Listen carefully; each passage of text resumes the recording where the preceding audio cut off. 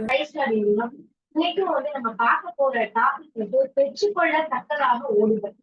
So போன வாரம் வந்து அதோட விஷயத்தோட கண்டினியூஷன் மாதிரிதான் இருக்குது. சோ நான் ப்ரிப்பேர் பண்றப்ப இப்படி நினைச்சு கண்டினியூஷனா வரும்னு நினைக்கல. பட் எனக்கு இன்னைக்கு இந்த வார்த்தை வந்தது. சோ அதனால அதுக்கு ரிலேட்டடா நம்ம பார்க்க போறோம். பாத்தீங்கன்னா நம்ம லாஸ்டா என்ன பார்த்தோம்னா எதிரே 11 சோ நம்மளை சுத்தி திரளான வந்து பாவங்களை நெருக்கி தள்ளிட்டு நம்ம ஓடணும். நமக்கு நியமித்திருக்கிற ஓட்டத்தை பொறுமையோட ஓடப்படணும்னு சொல்லி பார்த்தோம். சோ இன்னைக்கு என்ன டாபிக் அப்படின்னா, எனக்கு அந்த வார்த்தையை கொடுத்தாங்க, பெற்றுக்கொள்ளத்தக்கதாக ஓடுங்க. சோ அதுதான் நம்மளோட தன்மையிலே பார்த்துக்கணும். பெற்றுக்கொள்ளத்தக்கதாக ஓடுங்க. பாத்தீங்கன்னா அதுக்கு ஆதாரமா நான் எடுத்துக்கொண்ட வேத பகுதி 1 Corinthians 9 24 1 Corinthians 9 23 பாருங்க. பந்தய சாலையில் ஓடுகிறவர்கள் எல்லாரும் ஓடுவார்கள், ஆகிலும் ஒருவனே பந்தயத்தை பெறுவான் என்று அறிவீர்களா? நீங்கள் பெற்றுக்கொள்ளத்தக்கதாக ஓடுங்க. சோ இந்த வார்த்தை வந்து எனக்கு ஒரு விவேகத்தை அதை பத்தி தான் நான் பேச போறேன். பந்தய சாலையில எல்லாருமே ஓடுறாங்க. சோ நம்மளும் வந்து எல்லாருமே இப்ப நம்மளோட ஓட்டத்துலதான் இருக்கிறோம், ஓடிக்கொண்டே இருக்கிறோம். ஆனா பாருங்க, ஒருத்தருக்கு தான் அந்த பந்தயத்துல வெற்றி உண்டு. எல்லாருமே ஓடுறாங்கன்னா ஆனா ஒருத்தருக்கு தான் அந்த வெற்றி உண்டு.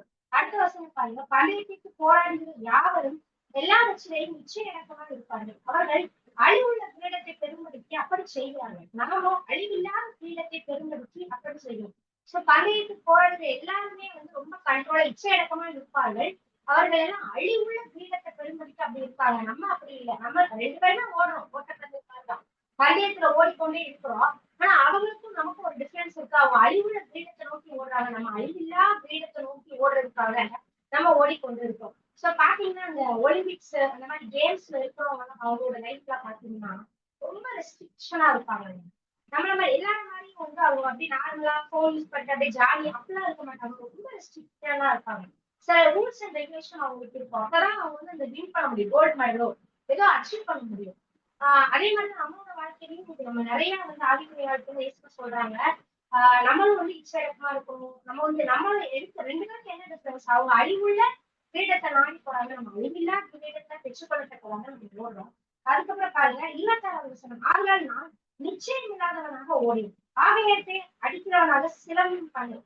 நான் நிச்சயம் இல்லாதவனாக ஓடேன். பவுல் சொல்றாரு, நம்ம எங்க நோக்கி போய்கிட்டு இருக்கோம்? நிறைய பேர் நம்ம நிறைய ப்ராப்ளம் ஏதோ ஒண்ணு வர நம்ம யோசிப்போம், ஐயோ லைஃப் எதை நோக்கி போய் கொண்டு இருக்குதுன்னு தெரியலையே. சில நேரம் அப்படி நம்மளுக்கு ஒரு இது வருவோம், நிச்சயம் இல்லாதவனா நம்ம ஓடக்கூடாது. அப்படி வரது கூட பிரச்சனை இல்லை. ஆனா இதுல என்ன சொல்றாரு பவுல்? நிச்சயம் இல்லாதவனாக ஓடேன் அப்படின்னு சொல்லி அவர் சொல்றாரு. நம்மளுக்கு ஒரு நிச்சயம் இருக்கு இல்ல? நம்மளுக்கு என்ன நிச்சயம் இருக்கு? நம்மளுக்கு பரலோகம் இருக்கு, ஆண்டவர் நம்மளுக்கு வரப்போறாரு, அவரை நோக்கி நம்ம காத்துட்டு இருக்கோம். நம்மளால அவர் கணக்கு ஒப்பிக்கிறோம். இந்த பூமியில நம்மளுக்கான ஒரு ஓட்டம் இருக்குது. அதை என்ன செஞ்சேன்னு ஏசப்பா கேட்பாங்க நாளைக்கு. இதை நான் முடிச்சேன்ப்பா, நீங்க இந்த வேலையை கொடுத்தீங்க, நான் முடிச்சேன்னு சொல்லத்தக்கதாக நம்ம வந்து அதுக்கு ஒரு நிச்சயம் இருக்கும். நமக்குள்ள அந்த நிச்சயம் இருக்குதா? நான் நிச்சயம் இல்லாதவனாக ஓடேன். நம்மளால அந்த நிச்சயம் இல்லாத நம்மளால ஓடவே முடியாது. சோ அந்த நிச்சயம் இருந்தாதான் நம்மளால அந்த பெற்றுக்கொள்ளத்தக்கதாக ஓட முடியும்.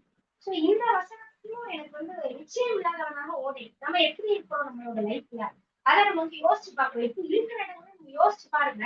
நம்மளும் எல்லாருக்கும் ஓடிக்கொண்டே இருக்கோம். நிறைய பேர் எல்லாருமே இந்த உலகத்துல ஓடிட்டு தான் இருக்காங்க. அவங்களுக்கான ஒவ்வொருத்தருக்கான பாத்தை கண்டுபிடிச்சு போய்கிட்டு இருக்காங்க. சோ நம்ம யோசிச்சு பாருங்க, நம்ம எந்த பாத்துல போயிட்டு வந்து இருக்கிறோம்? பெற்றுக்கொள்ளத்தக்கதாக ஓடுறோமா? நம்ம நிச்சயம் இல்லாதவனா நிச்சயம் உள்ளவனா இருக்கிறோமா? ஏசப்பா வந்து எனக்கு கொடுத்துருக்காங்க, நான் இதைத்தான் பண்ண போறேன், இதுதான் நான் ஏசப்பாப்பா பண்ண போறேன் அப்படின்னு ஒரு நிச்சயம் நம்ம கிட்ட இருக்குதா? சோ அதை நம்ம வந்து யோசிச்சு பார்க்கணுங்க. நம்ம அந்த கரெக்டான ட்ராக்ல போறோமா? அதுதான் அந்த பாயிண்ட். என்னன்னா, கரெக்டான ட்ராக்ல போறேன்னா, ஏசப்பா சொல்ற மாதிரி நான் நடந்துட்டு இருக்கேன். நமக்குன்னு ஒரு திட்டம் இருக்குங்க. எல்லாரும் மாதிரி இல்ல, ஏதோ பிறந்தோம் வாழ்ந்தோம் போனோம்ன்றது லைஃப் நம்ம வாழ்றதுக்காக வரல. நம்மளோட லைஃப் வந்து எல்லாரும் மாதிரி கிடையாது. ஓகேயா? அது வந்து இன்னைக்கு நம்ம வந்து எப்பயுமே நம்ம வந்து ஞாபகம் வச்சுக்கணும். எல்லாரும் மாதிரி நீங்கன்னு நினைக்காதீங்க. நீங்க எல்லாருமே ஸ்பெஷல். ஏசப்பா சொல்லியிருக்காங்க, இந்த பலரை பார்த்து நீங்க விசேஷித்தவர்கள் அல்லவா அப்படின்னு சொல்லி ஆண்டவர் வந்து நம்மள அப்படியே விசேஷித்தவர்களா பாக்குறாங்க. சோ அதுக்கு 2 பேரும் நான் இன்னைக்கு வந்து கம்பேர் பண்ணி நான் இன்னைக்கு வந்து என் மெசேஜ் கொடுக்க போறேன். பாத்தீங்கன்னா பேதுரு யூதாஸ் காரியத்து. சோ 2 பேர் பத்தி, 2 கேரக்டர் பத்தி நமக்கு தெரியும். இந்த 2 பேரும் பெற்றுக்கொள்ளத்தக்கதாக யார் ஓடுனாங்கன்னு நம்ம பார்ப்போம். யாரால ஓட முடியல அப்படின்னு சொல்லி 2 பேருமே சூசன் கேரக்டர் தான். பேதுருவும் சரி, யூதாஸ் காரியத்தும் சரி, ஏசப்பா சூஸ் பண்ண ஒருத்தங்க தான். பட் அவங்களோட லைஃப்ல என்ன டிஃபரன்ஸ் அப்படின்னு நம்ம பார்க்க போறோம். பாத்தீங்கன்னா யோவான் 21:2-3. சோ இங்க பாருங்க, பேதுரு வந்து ஏசப்பா மறுதலிச்சிட்டாங்க. ஏசப்பா சிலுவையில அரைஞ்சதுக்கு அப்புறம் அறையப்பட்டாங்க. அறையப்பட்டதுக்கு அப்புறம் அவருக்கு வந்து தெரியல, பேதுருக்கு வந்து அந்த நிச்சயம் இல்லாம இருந்தது. அவருக்கு வந்து ஏசப்பா சொல்லியிருக்காங்க. அதுக்கு முந்தின அதிகாரத்துல எல்லாம் பாத்தீங்கன்னா, மத்தேயு எல்லாம் படிச்சு பாத்தீங்கன்னா, பேதுருவே வாப்பா, உன்னை நான் வந்து மனுஷர்களை பிடிக்கிறவர்கள் ஆக்குவேன், பிடிக்கிறவர்கள் ஆக்குவேன்னு சொல்றாங்க. நிறைய நேரம் ஏசப்பா அந்த வார்த்தையை விட்டு சொல்லிட்டு இருக்காரு. சோ அவரோட போக்கஸ் ஒருவேளை மீன் பிடிச்சு நம்ம வந்து அதுல பெரிய ஆளாகி அப்படி அவரோட போக்கஸ் இருந்திருக்கலாம். ஏசப்பா சொல்றாங்கம்மா, பேதுருவே நான் உங்க மனுஷனை பிடித்தவர்கள் ஆக்குவேன்னு சொல்லியிருக்காங்க. பிடிக்க நான் பிடிக்க வைப்பேன் அப்படின்னு சொல்லி நிறைய ஏசப்பா சொல்றாங்க. ஆனா வந்து அவருக்கு அந்த டைம் அண்டர்ஸ்டாண்ட் ஆச்சான்னு தெரியல. அவருக்கு அதுதான் அந்த ஓட்டமா பெற்றுக்கொள்ளத்தக்கதான் நம்ம இருக்கோம். அதெல்லாம் எதுவுமே தெரியல. இங்க பாருங்க இந்த வசனத்துல ஏசப்பா இப்போ இல்ல. அவர் சிலுவையில் அறையப்பட்டாரு. ஏசப்பா அதுக்கப்புறம் உயிர் தெழுந்தாங்க. உயிர் தெழுந்ததுக்கு அப்புறம் பாருங்க யோவான் 21:2 வசனம், சீமோன் பேதுருவும் திதிமோன் எனப்பட்ட தோமாவும் கலிலேயா நாட்டிலுள்ள கானா ஊரானாகிய நாத்தான்வேலும் செபதேயுவின் குமாரரும் அவருடைய சீஷர்கள் வேறு 2 பேர் கூடி இருக்கும்போது சீமோன் பேதுரு மற்றவர்களை நோக்கி மீன் பிடிக்க போகிறேன் என்றார். சோ எல்லாருமே கூடி இருக்கிறாங்க. கூடி இருக்கிறப்ப சீமோன் பேதுரு, எப்பா நம்மள ஏசப்பா வந்து மனுஷனை பிடிக்கலாம் அப்படின்னு சொல்லிட்டாரு. ஆனா வந்து வாங்கப்பா நமக்கு தெரியல, இப்ப ஏசப்பா இல்ல, அவர் வந்து ஏசப்பாக்கு வந்து சிலுவையில அறையப்பட்டாங்க. சோ வாங்க நம்ம மீன் பிடிக்க போவோம். அவருக்கும் அந்த நிச்சயம் இல்லாம போயிடுச்சு. அந்த இடத்துல வந்து மனுஷனை பிடிக்கிறாப்பே அந்த வார்த்தையெல்லாம் அவருக்கு வந்து அந்த 3 தடவை மறந்துருச்சு. நிறைய வந்து அவருக்கு வந்து கொஞ்சம் அப்படியே போயிட்டாரு. பழையபடி மீன் பிடிப்போம், அதுல நம்ம ஏசப்பா வந்து பெருசாக்க போறாங்க அப்படின்னு சொல்லி அவர் வந்து அந்த பாதையை அவர் வந்து அங்க மாறிட்டாரு. பாத்தீங்கன்னா அங்க வந்து சீசன்லயே கூப்பிடுறாங்க, அங்க வராங்க எல்லாருமே, வாங்கப்பா நானும் வரேன்னு சொல்லி நானும் உங்களோட வருகிறோம் என்றாரு. பாருங்க இங்க ஒரு விஷயம் இருக்கு. அவர் புறப்பட்டு போய் உடனே படவேறினாரு. அந்த ராத்திரியே அவர் ஒன்றுமே பிடிக்கவில்லை. இங்க நோட் பண்ண வேண்டிய ஒரு விஷயம், இங்க ஏசப்பா திட்டம் அவருக்குன்னு இருக்கு. அவருக்குன்னு ஒரு ஓட்டம் இருக்கு, பெற்றுக்கொள்ளத்தக்கதாக ஒரு ஓட்டம் இருக்குது அவருக்கு. ஆனா இல்ல, ஏசப்பா வந்து மனுஷனை பிடிக்கலாம்னு சொல்லியிருக்காரு. ஆனா அவர் வந்து பாதையை விட்டுட்டு ஒருவேளை நம்ம மீன் தான் பிடிக்க போற ஏசப்பாவே இல்ல, அவங்க வந்து உயிர் தெழுவாங்க, உயிர் தெழுதெல்லாம் இருக்குது. ஆனா அவர் வந்து சரி மீன் பிடிக்க போறேன் அப்படின்னு சொல்லி அவர் போயிட்டாரு. இதான் நம்ம பாதை போல அப்படின்னு நம்ம சூஸ் பண்ணாலும் அவருக்கு அந்த காரியம் வாய்ப்புதான். இந்த இடத்துல பாருங்க, மீன் கிடைச்சிருக்காங்க, ஒரு மீன் கூட இல்லையா கடல்ல, ஒரு மீன் கூட கிடைக்கலையா. அந்த இடத்துல பாருங்க கிடைக்கவில்லை. சோ நிறைய நேரங்கள்ல நம்ம போற பாதையை அனலைஸ் பண்ணணும். சோ என்னோட லைஃப்ல நான் சாட்சியா சொல்லுவேன், நிறைய எனக்கும் இதே மாதிரி பேதருக்கு எப்படி ஒரு மீன் கூட கிடைக்கலையோ நானும் நிறைய ட்ரை பண்ணேன் வளர்க்குறது இப்ப வரைக்கும். ஜாப் அது இதுன்னு ட்ரை பண்ணேன். ஆனா இப்ப புரிஞ்சுக்கிட்ட சரி ஏசப்பா எனக்கு ஒரு திட்டம் வச்சிருக்கு. சோ அந்த நிச்சயம் எனக்கு இப்போ வந்தது. சோ நம்ம என்ன பண்ணணும், நம்மளோட நோக்கம் என்னன்றது எனக்கு போற சரி நம்ம ஊழியர்ல கடவுளுக்காக இது நிக்கணும்ன்றது எனக்கு ஸ்ட்ராங்கா ஏசப்பா உணர்த்தினாங்க. எனக்குமே எந்த காரியமும் வைக்கல. நீங்க எப்படி பேருக்கு ஒரு மீன் கூட அகப்படலையோ நானும் நிறைய ட்ரை பண்ணேன், எனக்குமே எதுவுமே வாய்க்கல. சோ உடனே நம்ம என்ன பண்ணுவோம், ஐயோ வெக்ஸ் ஆயிட்டு பேதுரு மாதிரி நீங்களும் நம்மளும் நிறைய வெக்ஸ் ஆகும். என்ன ஏசப்பா நான் கரெக்டா தானப்பா ட்ரை பண்றேன், நான் நியாயமா தானே மீன் போடுறேன், எனக்கு ஏன் மீன் கிடைக்கல. நம்ம நிறைய நேரம் இந்த கொஸ்டின் இருக்கும். சார் நானுமே இப்படி யோசிச்சிருக்கேன், என்னப்பா நான் வந்து கரெக்டா போய் ரெஸ்யூம் கொடுத்து வேலை தேடுறேன், நான் ஏதோ முயற்சி பண்றேன், என் முயற்சிக்கு ஏன் அப்ரூவல் இல்லை, இங்க ஏன் கிடைக்கல. ஏன்னா ஏசப்பாவோட திட்டம் அது இல்ல. அவர் வந்து அவர் பெற்றுக்கொள்ளத்தக்கதான் ஓடணும், அவருக்குன்னு ஒரு ஓட்டம் ஏசப்பா நியமிச்சு வச்சிருக்காரு. அவர் முன்னாடியே சொன்னாங்க ஏசப்பா மனிதர்களை கொண்டு வந்து பிடிக்கிற ஆக்குவேன்னு சொல்லி. அந்த இடத்துல அவர் மறந்துருப்பாரு. அந்த வசனத்தை அதுக்கடுத்து பாருங்க, அந்த சம்பவத்திலே பாருங்க திருப்பி வந்து ஏசப்பா அந்த இடத்துல வராங்க. அது ஏசப்பான்றது அவங்களுக்கு தெரியல. ஏசப்பா சொல்றாங்க, நீ வந்து தப்பான இடத்துல பிடிச்சிருக்கப்பா. அப்பொழுது அவர் 6வது வசனம், நீங்கள் படகுக்கு வலதுபுறமாக வலையை போடுங்க. ஏசப்பா வந்து அந்த இடத்துல சொன்னதுக்கு அப்புறம் தான் மீன் அகப்பட்டுச்சு. அது வரைக்கும் வந்து மீன் அகப்படல. சோ இந்த இடத்துல பாருங்க அவரோட ஓட்டம் வந்து பேருக்கே அந்த இடத்துல ஒரு கன்ஃபியூஷன் ஆயிடுச்சு. சோ நான் மீன் பிடிக்க போறேன்னு சொல்லி அவர் மித்த சீசனே இழுத்துட்டு போயிட்டாரு, வாங்கப்பா நம்ம இதுதான்ப்பா அப்படின்னு சொல்லி நம்ம பாதை இதுதான்னு சொல்லி. ஆனா இங்க பாருங்க இந்த இந்த அதிகாரத்திலே பாருங்க ஏசப்பா வந்து அவரோட 3 தடவை பேசுவாங்க ஏசப்பா. இந்த அதிகாரத்துல 16வது வசனம் பாருங்க, 15, அவர்கள் போதனை பண்ண பின்பு நல்லா சாப்பிட்டு முடிச்சதுக்கு அப்புறம் இயேசு சீமோன் பேதுருவை நோக்கி, யோனானின் குமாரனாகிய சீமோனே, இவர்களிலும் அதிகமா நீ என்னிடத்தில் அன்பாய் இருக்கிறாயா என்றார். அதற்கு அவன், ஆமாண்டவரே, உம்மை நேசிக்கிறேன் என்று நீர் அறிவீர் என்றார். அவர் என் ஆட்டுக்குட்டிகளை மேய்ப்பாயாக இருந்தார். சோ ஏசப்பாவோட திட்டம் பாருங்க, இப்ப நல்லா தெளிவா ஏசப்பா பேசுறாங்க. 3 வாட்டி பேசுறாங்க. அவர் 3 வாட்டி மறுதளிச்சாரு. ஏசப்பா 3 வாட்டி கன்ஃபார்ம் பண்ணாங்க, என்ன நேசிக்கிறாயாப்பா, என்ன நேசிக்கிறாய். ஏசப்பா என்ன நேசிக்கிறான்னு கேட்டுட்டு விடல, என் ஆடுகளை மேய்ப்பாயாக, என் ஆட்டுக்குட்டிகளை அவரோட திட்டம் அதுதான். சோ நம்மளும் வந்து பழக்கத்துல இருக்கலாம். ஏசப்பா வந்து நம்ம நிறைய நேரம் ஏசப்பா நான் அவங்க நேசிக்கிறேன், நான் வந்து ரொம்ப அன்பா இருக்கிறேன்னு நம்ம நினைக்கலாம். நிறைய காரியம் தடைப்பட்டு போறப்ப நமக்கு சோர்வாயிடுது. என்னடா நம்ம லைஃப்ல இப்படி தடைப்பட்டது. ஆனா எல்லாமே இயேசுப்பா சொன்னாங்க. நம்மளுக்கு ஏன்னா இயேசுப்பா நிறைய செய்யறாங்க. நம்மளுக்காக இந்த நிமிஷம் வரைக்கும் நம்ம உயிரோட இருக்கோம், ஜீவோட நம்ம இருக்கோம்னா அவரோட கிருபை தான், அவரோட திட்டம் தான். இல்லைன்னா நம்ம இவ்வளவு நிமிஷம் நம்ம இவ்வளவு நாள்ல நம்மளோட வாழ்க்கையில கிருபை இல்லாம நம்மளால ஓட முடியாது. இவ்வளவு நாள் நம்ம நேரத்துக்கு இருக்க முடியாது. பட் இயேசுப்பா கிருபை நம்ம கூட இருக்குது. சோ இந்த பாருங்க இயேசுப்பா சொன்னாங்க, நேசிக்கிறாயா? இயேசுப்பா கேட்கிற ஒரே விஷயம், ஆட்டுக்குட்டிகளை மெய்ப்பாயாங்க அப்படின்னு. ரெண்டாவது வாட்டி அதே கேட்கிறாங்க. மூணாவது வாட்டி பாருங்க, மூணாவது 17 மூன்றாம் தரம் அவர் அவனை நோக்கி, யோனாவின் குமாரனாகிய சீமோனே, நீ என்னை நேசிக்கிறாயா? மூணாவது வாட்டி அந்த வார்த்தையை கேட்டதும் சீமோன் அவரு பேதுரு என்ன பண்றாரு பாருங்க. அவரு அதை கேட்டுட்டு தன்னை அந்த வார்த்தையை கேட்டதும் பேதுரு துக்கப்பட்டு, ஆண்டவரே நீ எல்லாமே உங்களுக்கு தெரியுமே, நீ அறிந்திருக்கீங்க, நான் உன்னை நேசிக்கிறேன் அறிக்கை ஏன் இயேசுப்பா நம்மளை பார்த்து கேட்டுருக்காங்க அப்படின்னு சொல்லிட்டு அப்ப இயேசுப்பா சொன்ன என் ஆடுகளை மேய்ப்பாயா? 3 வாட்டி இயேசுப்பா பேசினாங்க ஆடுகளை மேய்ச்சு தெளிவா திட்டமா பேசினாங்க. சோ ஆடுகளை மேய்க்கணும்ன்றது இயேசுவோட அது அவரோட திட்டம். அடுத்து பாருங்க அவரோட ஃபுல்லாவே இயேசு 18 அவருக்கு என்ன விதமான மரணம் வரப்போகுது எல்லாமே இயேசு தெளிவா ஒரு திட்டத்தை வெளிப்படுத்துவாங்க. சோ இதை கேட்டு பேதுரு சரி இயேசுப்பா ஏதோ சொல்லிட்டாங்க அப்படி அவருக்கு ஒரு திட்டம் தெரிஞ்சு போயிடுச்சு. 3 தடவை இயேசுப்பா அவருக்கு கன்ஃபார்ம் பண்ணியிருக்காரு. அப்போ சரி இன்னும் அவ்வளவுதான் போல அப்படின்னு சொல்லிட்டு மறுபடியும் அவர் மீன் பிடிக்க போறத போன எடுத்து திருப்பி போல. ஏசப்பா இந்த 3 வசனம் இந்த 3 இது பேசினதுக்கு அப்புறம் அவர் என்ன பண்ணாரு, பேதுரு போய் பார்த்திருந்தாரு. போய் கிறிஸ்தாவியரை பெற்று கொண்டாரு. பரிசுத்தாவியரை பெற்று கொண்டதுக்கு அப்புறம் என்ன நடந்தது பாருங்க.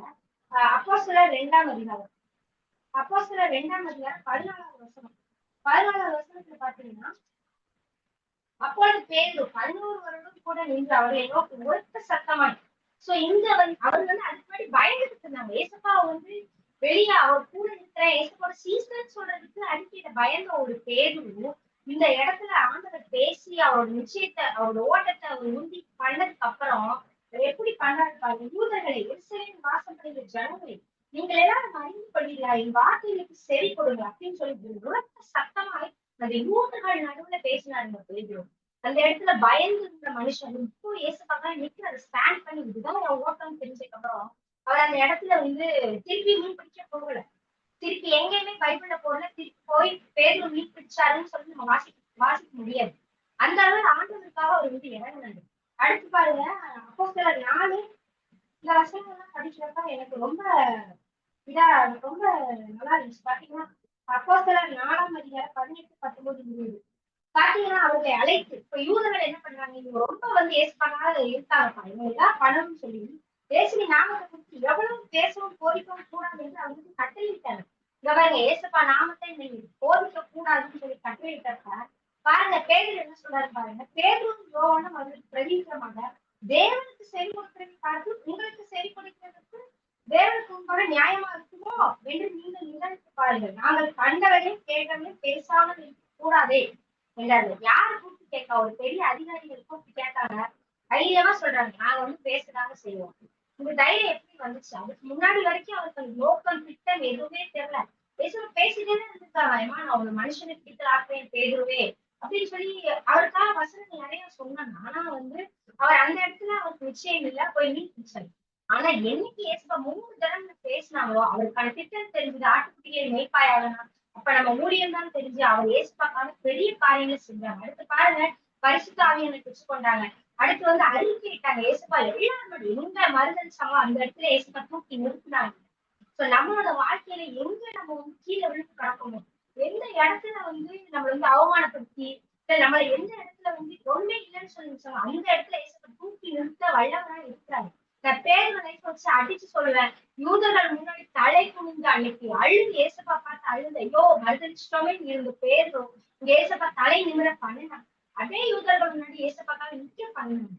பாருங்க அவர் ஒரு ரத்த சாட்சியா மறிச்சாருங்க பேரு. சாதாரணமான மரணம் இல்லை, அவரோட மரணம் ரத்த சாட்சியான மரணம் பேரு. அப்படி ஏசப்பா நிக்க வச்சாங்க. சோ நம்மளே அப்படி நிக்க வைக்க முடியுங்க. ஏசப்பாவால நம்மளே அப்படி நிக்க வைக்க முடியும். அதுதான் அவரோட திட்டம். பாருங்க அடுத்து பாருங்க அப்போஸ்தலர் 5:15 பேதுரு அடுத்து என்னென்ன பண்ணாங்கன்னு பாருங்க. அடுத்து பாத்தீங்கன்னா 15வது 15 பிணியாளிகளை படுக்கையின் மேலும் கட்டிலின் மேலும் கிடப்பிலும் பேரும் நடந்து போவதில் அவர்கள் நிழலாகிலும் அவர்கள் மேல் படும்படிக்கு அவர்களை வெளியே வீசிவிட்டார்கள். பாத்தீங்கன்னா 16 அவர்கள் எல்லாருமே குணமாக்கப்பட்டாங்க. பாருங்க பேரும் இப்படி ஒரு சாதாரண மனுஷன் அபிஷேகப்பட்டிருக்காரு, அவரோட நிச்சயத்தை அறிஞ்சு கொள்ளாரு, என்ன பண்ணணும்னு தெரிஞ்சுட்டாரு. இந்த பாருங்க அவரோட நிழல் பட்ட அற்புதம். சோ நம்மளோட வாழ்க்கையிலும் ஏசப்பா நம்மளுக்கும் ஒரு திட்டம் வச்சிருக்காங்க. ஏன் நம்மளாலையும் ஏசப்பா நம்மளை கொண்டு அப்படி காரியங்களை செய்ய முடியும். ஏன் நம்மள தடைப்பட்டிருக்கோம், இன்னும் நம்மளோட ஓட்டத்துல நம்ம தாமதம் ஆகி கொண்டிருக்கிறோம். பெற்றுக்கொள்ளத்தக்காக இன்னும் நம்மளோட அந்த ட்ராக்ல நம்ம சரியா வரல. சில இடங்கள்ல நம்ம தவறி கொண்டு இருக்கோம். சோ ஏசப்பா இன்னும் உங்களை பார்த்து சொல்றாங்க, இந்த பேரும் எழுப்பின தேவன் உங்களை எழுப்ப வல்லவரா இருக்கிறார். இவரை கொண்டு இப்படி ஒரு காரியங்கள் செய்யும்போது நம்மளை கொண்டும் அவர் பெரிய காரியங்கள் செய்வாங்க. பெரிய காரியங்கள் செய்யணும்ன்றத ஏசப்போட ஆசை. சோ இன்னைக்கும் நம்ம அவர் எப்படி ஒரு நிச்சயத்துக்குள்ள வந்தாரோ நம்மளும் ஏசப்பா கிட்ட கேட்போம், ஏசப்பா எனக்கு வெளிப்படுத்துமா, ஏசப்பா கிட்ட உட்காருங்க, பெற்றுக்கொள்ளத்தக்கதாக ஓடணும். இன்னைக்கு அனலைஸ் பண்ணி பாருங்க, நான் நிச்சயம் இல்லாதவனாக ஓடேன். எந்த ஒரு நிச்சயம் இல்லாம நம்ம வாழ்க்கை போட்டுட்டு இருக்கலாம். இதுதான் என் நிச்சயம், இதுதான் அப்படின்னு சொல்லி நம்ம வாழ்க்கை போட்டுட்டு இருக்கலாம். இன்னைக்கு நீங்க யோசிச்சு பாருங்க, பேதுருவை யோசிச்சு பாருங்க. அவ்வளவு ஒரு அப்படி இருந்த மனுஷன் இப்ப பாருங்க எவ்வளவு ஒரு பெரிய உண்மைக்கார ஆண்டவருக்காக நிற்கிறாரு. அடுத்து லாஸ்டா ஒரே ஒரு சம்பவத்தை மட்டும் பேரை பற்றி சொல்லி முடிக்கிறோம். அப்போஸ்தலர் 9ஆம் அதிகாரம் 36 to 40. இந்த சம்பவத்தை வாசிச்சு பாருங்க. இங்க ஒரு தொற்கால், அவங்க தொற்கால் அப்படின்னு சொல்லி கபித்தால் ஒரு சீஷி இறந்து போயிட்டாங்க. இறந்து போயிட்டு ஆக்சுவலி ஏசப்பா லாஸ்டா அற்புதத்துக்கு அப்புறம் இங்க ஒரு அற்புதம் நடக்குதுங்க.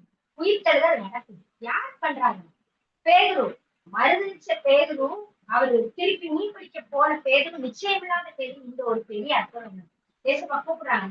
பேதுரு பாருங்க அந்த இடத்துல போறாரு. போயிட்டு அவர் பேதுருல இருந்து அவருமே கூட போனா, அவர் போய் சேர்ந்த பொழுது அவரை மேல் வீட்டுக்கு அழைத்து கொண்டு போனாங்க.